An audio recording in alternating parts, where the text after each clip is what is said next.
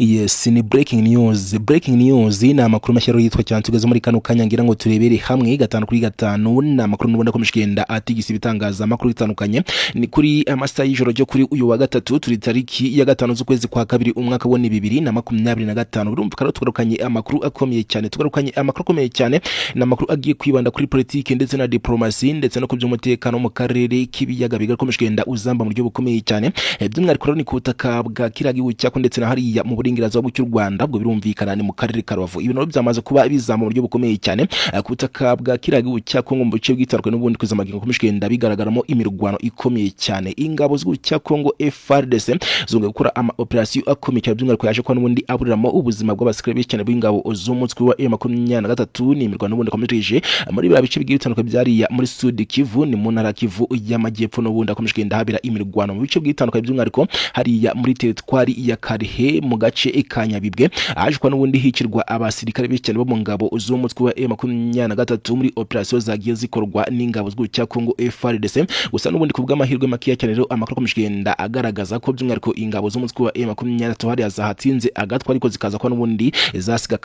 kara gace Kanyabibwe cyangwa se iriya centre ya Nyabibwe komishikenda by'umwihariko ikontrolwa n'ingabo z'umutwe wa M23. Urugamba rwo komishikenda rukomereza mu bindi bice bitandukanye byariya muri Minova ndetse na hariya Zabwiramana naho habereye imirwano ikomeye cyane komishikenda by'umwihariko isakiranya izi mande zombi. By'umwihariko iyi mirwano abereye hariya muri Bwiramana bitangazwa naje kuba rero nayo ipfiramo abakoloneli bizingabo z'umutwe wa M23 kandi komishikenda bitangazwa ko uriya mugi wa Goma kuzamagingwa no maze iminsi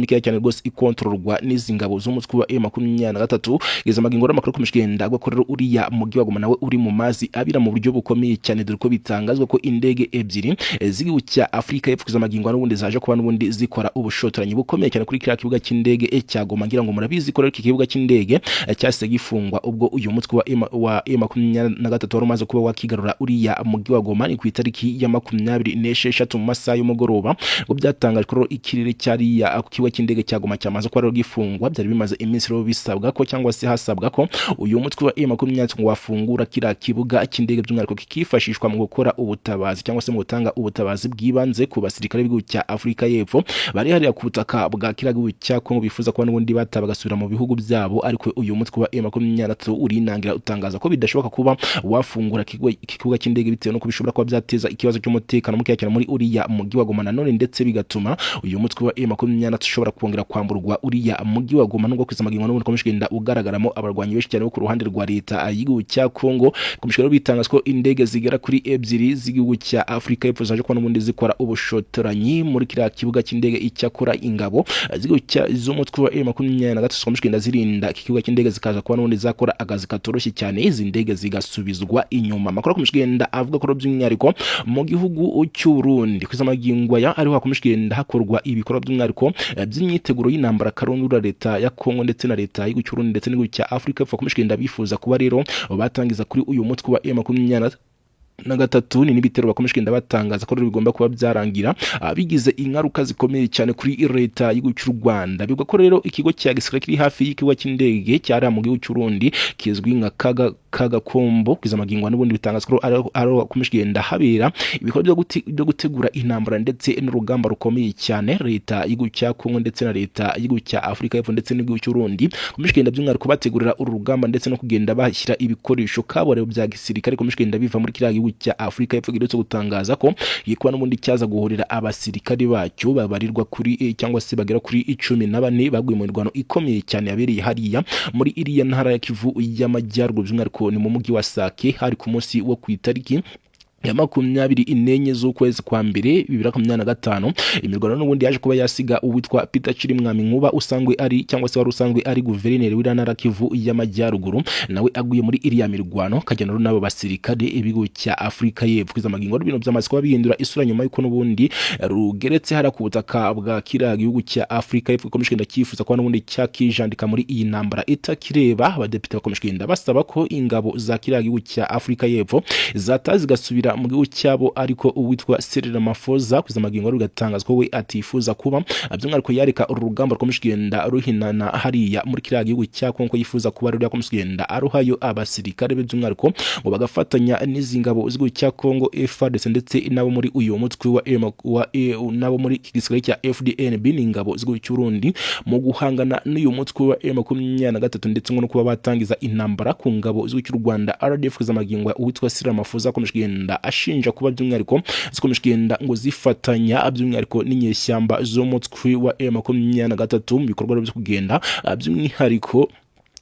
zirasa ku ngabo z'igihugu cya Kongo FARDC ndetse no kugenda bazambura ibice bigiye bitandukanye kwiza magingo urugamba rukomeje kugenda rubera ku butaka bwa kiriya gihugu cya Kongo n'urugamba mu by'ukuri rwamaze kuba ruhindura isura mu buryo bukomeye cyane yewe umujyi wa Goma wongeye gusatirirwa bikomeye cyane n'ingabo z'igihugu cya Kongo FARDC mu gihe n'ubundi bitangazwa ko hari abasirikare barwana ku ruhande rwa leta ya Kongo by'umwihariko bari hariya rwagati muri uriya mujyi wa Goma makuru akomeje kugenda avuga ko rero izi ngabo zo mutwe wa M23 zongeye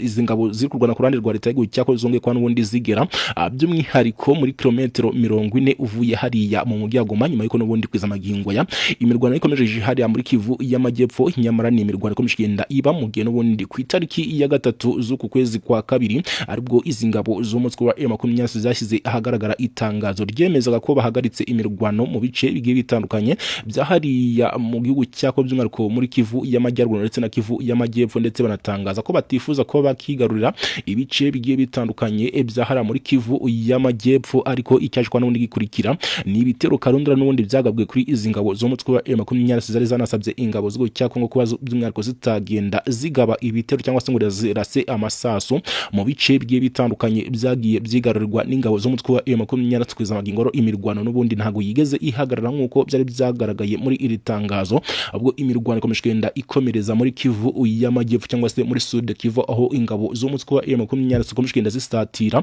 ibice bigiye bitandukanye ndetse ari nako ingabo z'igihugu cya Kongo FARDC zikomeje kugenda zikora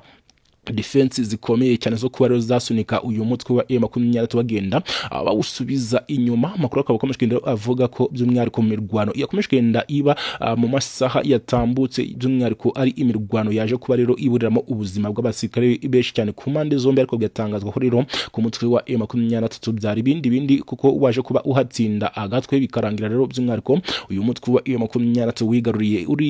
uriya centre ya Nyabibwe bitangazwa ko iherereye hariya muri teritwari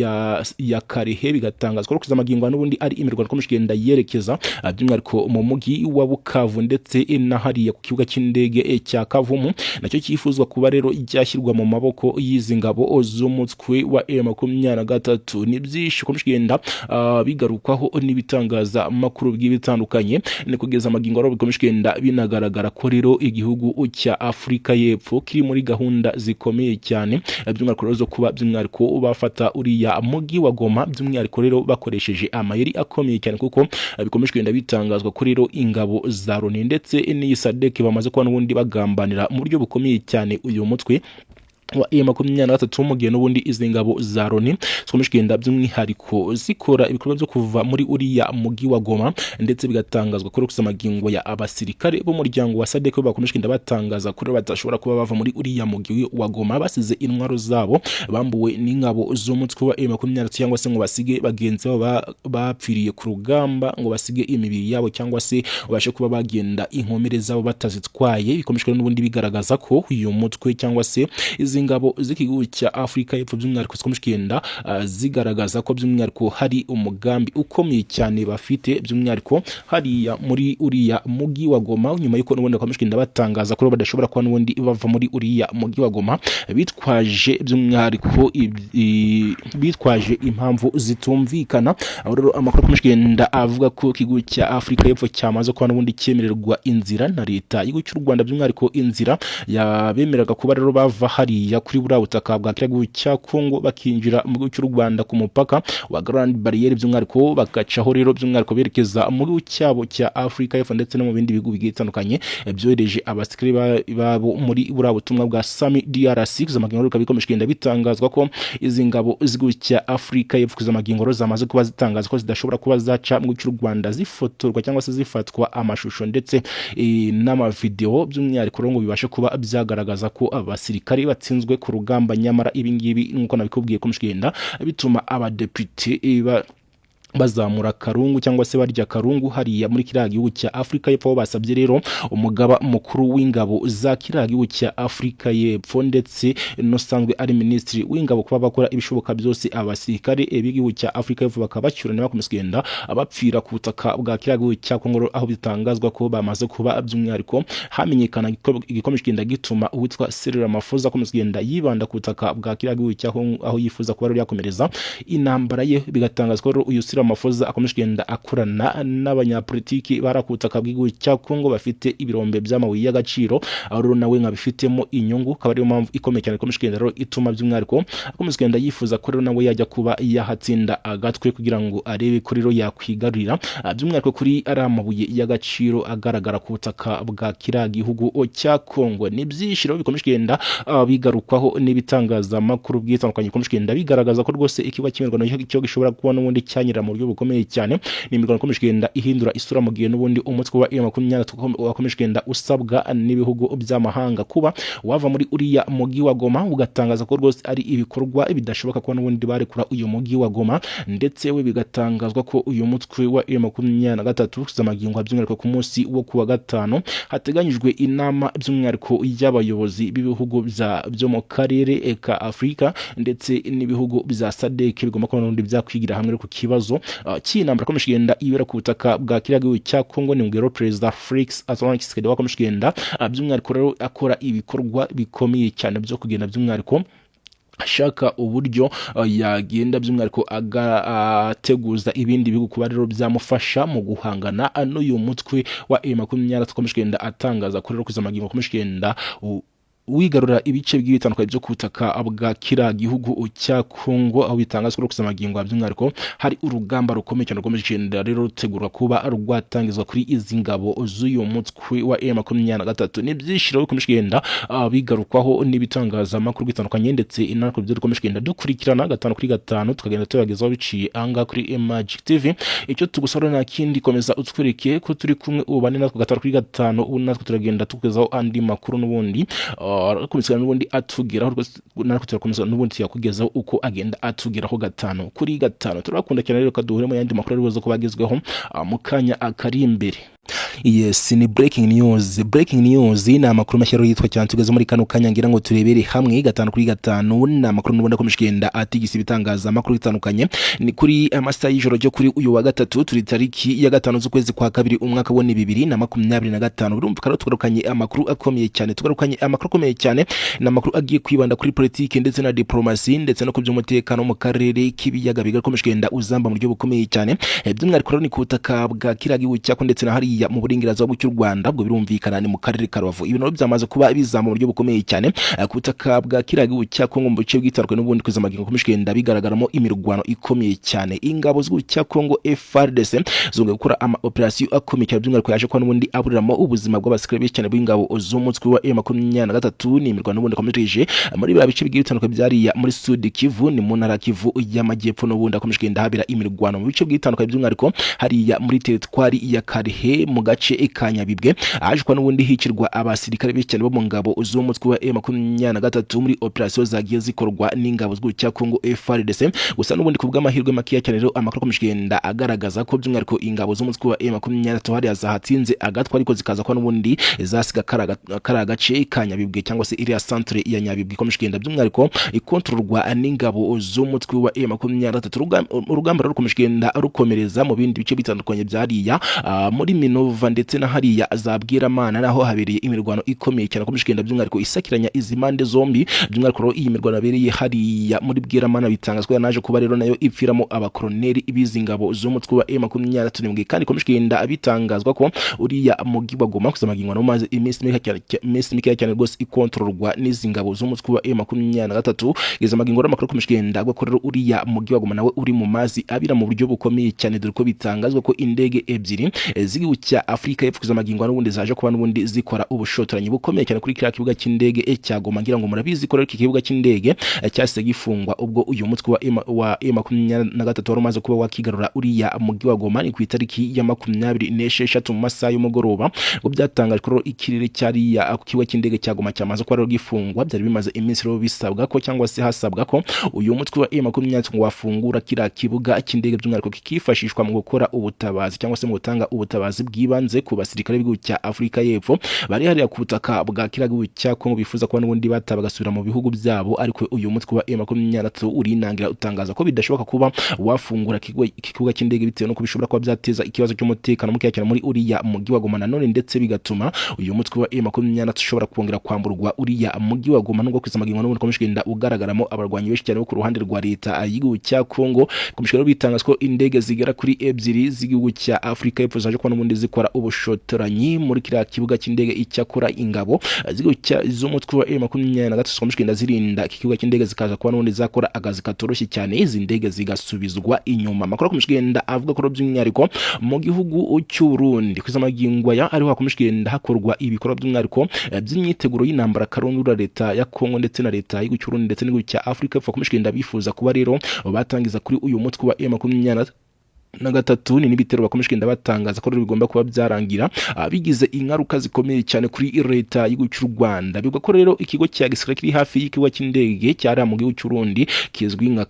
Kagakombo kwiza magingo n'ubundi bitangaza ko ari komishigenda habera ibikorwa byo gutegura intambara ndetse n'urugamba rukomeye cyane leta y'igihugu cya Kongo ndetse na leta y'igihugu cya Afrika y'Epfo ndetse n'igihugu cy'u Burundi. Komishigenda by'umwihariko bategurira uru rugamba ndetse no kugenda bashyira ibikoresho kaborero bya gisirikare. Komishigenda biva muri kiriya gihugu cya Afrika y'Epfo gidutse gutangaza ko yikuba n'ubundi cyaza guhurira abasirikare bacyo babarirwa kuri cyangwa se bagera kuri 14 baguye mu mirwano ikomeye cyane yabereye hariya muri iriya ntara ya Kivu y'Amajyaruguru by'umwihariko ni mu mujyi wa Sake hari ku munsi wo ku itariki ya 24 z'ukwezi kwa mbere 2025. Imirwano n'ubundi yaje kuba yasiga uwitwa Peter Chirimwami Nkuba usangwe ari cyangwa se wari usangwe ari guverineri w'intara Kivu y'Amajyaruguru nawe aguye muri iriya mirwano kajyana n'abo basirikare ibigo cya Afrika y'Epfo kwiza magingo n'ibintu byamaze kuba bihindura isura nyuma y'uko n'ubundi rugeretse hara ku butaka bwa kiriya gihugu cya Afrika y'Epfo komishigenda cyifuza ko n'ubundi cyakijandika muri iyi ntambara itakireba. Abadepite bakomishigenda basaba ko ingabo za kiriya gihugu cya Afrika y'Epfo zatazigasubira mu gihugu cyabo. Ariko uwitwa Cyril Ramaphosa kwiza magingo rugatangazwa ko we atifuza kuba by'umwihariko yareka urugamba rw'komishigenda ruhinana hariya muri kiriya gihugu cya Kongo. Yifuza kuba rero komishigenda aruhayo abasirikare by'umwihariko ngo bagafatanya n'izi ngabo z'igihugu cya Kongo FARDC ndetse nabo muri uyu mutwe nabo muri igisirikare cya FDNB n'ingabo z'igihugu cy'u Burundi mu guhangana n'uyu mutwe wa M23 ndetse no kuba batangiza intambara ku ngabo z'igihugu cy'u Rwanda RDF kwiza magingo uwitwa Cyril Ramaphosa komishigenda ashinja kuba by'umwihariko zikomishigenda ngo zifatanya by'umwihariko n'inyeshyamba zo mutwe wa M23 mu bikorwa byo kugenda by'umwihariko zirasa ku ngabo z'igihugu cya Kongo FARDC no kugenda bazambura ibice bigiye bitandukanye. Kwiza magingo urugamba rukomeshigenda rubera ku butaka bwa kiriya gihugu cya Kongo n'urugamba mu by'ukuri rwamaze kuba ruhindura isura mu buryo bukomeye cyane. Yewe umujyi wa Goma wongeye gusatirirwa bikomeye cyane n'ingabo z'igihugu cya Kongo FARDC mu gihe n'ubundi bitangazwa ko hari abasirikare barwana ku ruhande rwa leta ya Kongo by'umwihariko bari hari ya rwagati muri uriya mujyi wa Goma. Amakuru komeshigenda avuga ko rero izi ngabo z'umutwe wa M23 zongeye izi ngabo kurwana ku ruhande rwa leta y'igihugu cya zongeye kwa n'ubundi zigera by'umwihariko muri kilometero 40 uvuye hariya mu mujyi wa Goma nyuma y'uko n'ubundi kwiza magingo ya imirwano ikomeje hariya muri Kivu y'Amajyepfo. Nyamara ni imirwano ikomeje iba mu gihe n'ubundi ku itariki ya 3 z'uku kwezi kwa kabiri aribwo izi ngabo z'umutwe wa M23 zashyize ahagaragara itangazo ryemezaga ko bahagaritse imirwano mu bice bigiye bitandukanye bya hariya mu gihugu cya by'umwihariko muri Kivu y'Amajyaruguru ndetse na Kivu y'Amajyepfo ndetse banatangaza ko batifuza ko bakigarurira ibice bigiye bitandukanye byahara muri Kivu y'Amajyepfo. Ariko icyashwa n'ubundi gikurikira ni ibitero karundura n'ubundi byagabwe kuri izi ngabo zo mutwe wa M23 zari zanasabye ingabo z'igihugu cya Kongo kuba by'umwihariko zitagenda zigaba ibitero cyangwa se ngo zirase amasasu mu bice bigiye bitandukanye byagiye byigarurirwa n'ingabo zo mutwe wa M23 kwiza magingo imirwano n'ubundi ntago yigeze ihagarara nk'uko byari byagaragaye muri iri tangazo. Ubwo imirwano ikomeje ikomereza muri Kivu y'Amajyepfo cyangwa se muri Sud Kivu aho ingabo zo mutwe wa M23 zikomeje zisatira ibice bigiye bitandukanye ndetse ari nako ingabo z'igihugu cya Kongo FARDC zikomeje zikora defense zikomeye cyane zo kuba rero zasunika uyu mutwe wa M23 bagenda bawusubiza inyuma. Amakuru akaba akomeje kugenda avuga ko by'umwihariko mu mirwano yakomeje kugenda iba mu masaha yatambutse, by'umwihariko ari imirwano yaje kuba rero iburiramo ubuzima bw'abasirikare benshi cyane ku mpande zombi, ariko gatangazwa ko rero ku mutwe wa M23 byari bindi kuko waje kuba uhatsinda agatwe bikarangira rero by'umwihariko uyu mutwe wa M23 wigaruriye uriya centre ya Nyabibwe, bitangazwa ko iherereye hariya muri teritwari ya Karehe, bigatangazwa ko kuza amagingo n'ubundi ari imirwano ikomeje kugenda yerekeza by'umwihariko mu mugi wa Bukavu ndetse na hariya ku kibuga cy'indege cya Kavumu, nacyo cyifuzwa kuba rero icyashyirwa mu maboko y'izi ngabo z'umutwe wa M23. Ni byinshi ikomeje kugenda bigarukwaho n'ibitangaza amakuru bitandukanye, ni kugeza amagingo rero bikomeje kugenda binagaragara ko rero igihugu cya Afrika y'Epfo kiri muri gahunda zikomeye cyane, by'umwihariko rero zo kuba by'umwihariko bafata uriya mugi wa Goma, by'umwihariko rero bakoresheje amayeri akomeye cyane, kuko bikomeje kugenda bitangazwa ko rero ingabo za Loni ndetse n'iyi SADC bamaze kuba n'ubundi bagambanira mu buryo bukomeye cyane uyu mutwe wa M23 mu gihe n'ubundi izi ngabo za Loni zikomeje kugenda by'umwihariko zikora ibikorwa byo kuva muri uriya mugi wa Goma, ndetse bigatangazwa ko kuza amagingo ya abasirikare b'umuryango wa SADC bakomeje kugenda batangaza ko batashobora kuba bava muri uriya mugi wa Goma basize intwaro zabo, bambuwe n'ingabo z'umutwe wa M23, cyangwa se ngo basige bagenzi babo bapfiriye ku rugamba, ngo basige imibiri yabo, cyangwa se bashe kuba bagenda inkomere zabo batazitwaye. Bikomeje n'ubundi bigaragaza ko uyu mutwe cyangwa se izi ngabo z'igihugu cya Afrika y'Epfo by'umwihariko zikomeje kugenda zigaragaza ko by'umwihariko hari umugambi ukomeye cyane bafite, by'umwihariko hariya muri uriya mugi wa Goma, nyuma y'uko n'ubundi bakomeje kugenda batangaza ko badashobora kuba n'ubundi bava muri uriya mugi wa Goma bitwaje by'umwihariko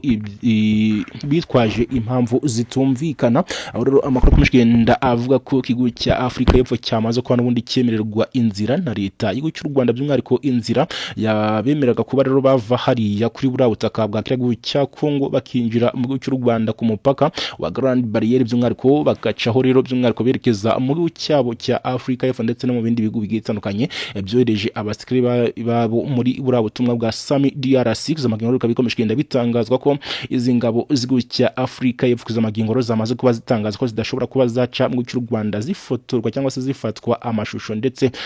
n'amavideo, by'umwihariko rero ngo bibashe kuba byagaragaza ko abasirikare batsinzwe ku rugamba. Nyamara ibingibi nkuko nabikubwiye ko mushigenda bituma abadepite bazamura karungu cyangwa se barya karungu hariya muri kiriya gihugu cya Afrika y'Epfo. Basabye rero umugaba mukuru w'ingabo za kiriya gihugu cya Afrika y'Epfo ndetse n'usanzwe ari minisitiri w'ingabo kuba bakora ibishoboka byose abasirikare b'igihugu cya Afrika y'Epfo bakabacyurana bakomeje abapfira ku butaka bwa kiriya gihugu cya Kongo, aho bitangazwa ko bamaze kuba by'umwihariko hamenyekana igikomeje kugenda gituma uwitwa Cyril Ramaphosa akomeje kugenda yibanda ku butaka bwa kiriya gihugu cya Kongo, aho yifuza kuba rero yakomereza intambara ye. Bigatangazwa ko uyu Cyril Ramaphosa akomeje kugenda akorana n'abanyapolitiki barakutaka bw'igihugu cya Kongo bafite ibirombe by'amabuye y'agaciro, aho rero nawe nkabifitemo inyungu, akaba ariyo mpamvu ikomeye cyane ikomeje kugenda rero ituma by'umwihariko akomeje kugenda yifuza ko rero nawe yajya kuba yahatsinda agatwe kugira ngo arebe ko rero yakwigarurira by'umwihariko kuri ari amabuye y'agaciro agaragara ku butaka bwa kiriya gihugu cya Kongo. Ni byinshi rero bikomeje kugenda bigarukwaho n'ibitangazamakuru byitandukanye, bikomeje kugenda bigaragaza ko rwose ikiba kimerwa cyo gishobora kuba n'ubundi cyanyira mu buryo bukomeye cyane. Ni imirwano ikomeje kugenda ihindura isura mu gihe n'ubundi umutwe wa M23 wakomeje kugenda usabwa n'ibihugu by'amahanga kuba wava muri uriya mugi wa Goma, ugatangaza ko rwose ari ibikorwa bidashoboka kuba n'ubundi barekura uyu mugi wa Goma, ndetse we bigatangazwa ko uyu mutwe wa M23 zamagingo by'umwihariko ku munsi wo kuwa gatano hateganyijwe inama by'umwihariko y'abayobozi b'ibihugu byo mu karere ka Afrika ndetse n'ibihugu bya SADC bigomba kuba n'ubundi byakwigira hamwe ku kibazo cy'intambara ikomeje kugenda ibera ku butaka bwa kiriya gihugu cya Kongo. Ni ngero Perezida Felix Antoine Tshisekedi wakomeje kugenda by'umwihariko rero akora ibikorwa bikomeye cyane byo kugenda by'umwihariko ashaka uburyo yagenda by'umwihariko ateguza ibindi bihugu kuba rero byamufasha mu guhangana n'uyu mutwe wa M23 akomeje kugenda atangaza ko rero kuzamagingo akomeje kugenda wigarura ibice by'ibitandukanye byo kutaka bwa kira gihugu cya Kongo, aho bitangazwa ko kuzamagingo by'umwihariko hari urugamba rukomeye cyane rwo genda rero rutegurwa kuba rwatangizwa kuri izi ngabo z'uyu mutwe wa M23. Ni byishiro bikomeje kugenda bigarukwaho n'ibitangaza makuru bitandukanye, ndetse inariko byo dukomeje kugenda dukurikirana gatanu kuri gatanu tukagenda tubagezaho biciye anga kuri Magic TV. Icyo tugusaba nta kindi, komeza utwereke ko turi kumwe ubane natwe gatanu kuri gatanu, ubu natwe turagenda tukugezaho andi makuru n'ubundi kumisa n'ubundi atugeraho, natwe turakomeza n'ubundi yakugezaho uko agenda atugeraho gatanu kuri gatanu. Turabakunda cyane rero, kaduhure mu yandi makuru arizo ko bagezweho mu kanya akari imbere.